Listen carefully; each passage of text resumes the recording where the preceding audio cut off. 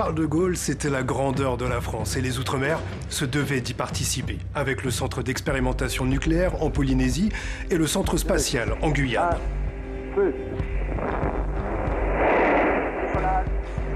Du mandat de Georges Pompidou, on retiendra la loi relative à la création des communes en Polynésie française, et c'est à peu près tout. Pompidou est le seul président à n'avoir jamais mis les pieds en Outre-mer.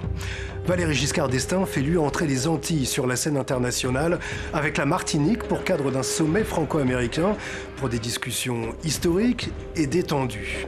Giscard, c'est la décolonisation avec les indépendances de Djibouti, du Vanuatu et des Comores, même si Mayotte reste française. Giscard sera le premier président à se rendre à Wallis pour y annoncer l'arrivée de la radio. Alors, pour accueillir le couple présidentiel, les trois rois étaient là.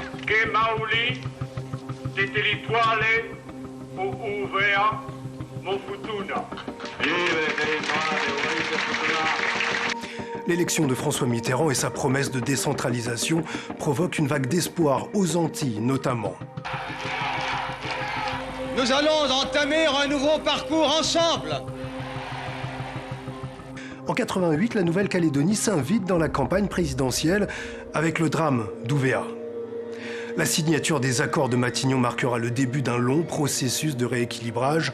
En 92, Mitterrand décrète un moratoire sur les essais nucléaires, mais à peine élu, Jacques Chirac annonce la reprise des essais. Des émeutes éclatent et l'aéroport de Papeete est incendié. Jacques Chirac, c'est aussi l'alignement des prestations sociales en Outre-mer sur celles de l'Hexagone. C'est également lui qui a fait du 10 mai la journée nationale des mémoires de la traite, de l'esclavage et de leurs abolitions.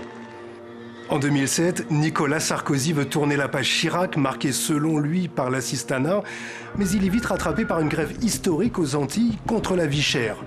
Nicolas Sarkozy, c'est aussi l'homme de la départementalisation de Mayotte, un choix approuvé à 95% par les Mahorais le 29 mars 2009.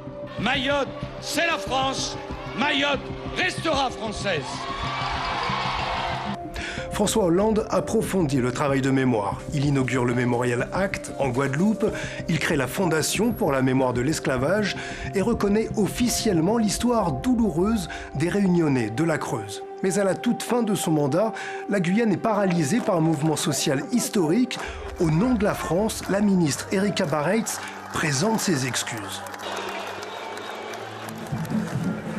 Toutes mes excuses au peuple guyanais. Le développement économique, le pouvoir d'achat, l'environnement, des problématiques récurrentes qui ont à nouveau ressurgi lors du grand débat avec les maires ultramarins à l'Élysée et qui ne manqueront pas d'agiter la campagne présidentielle.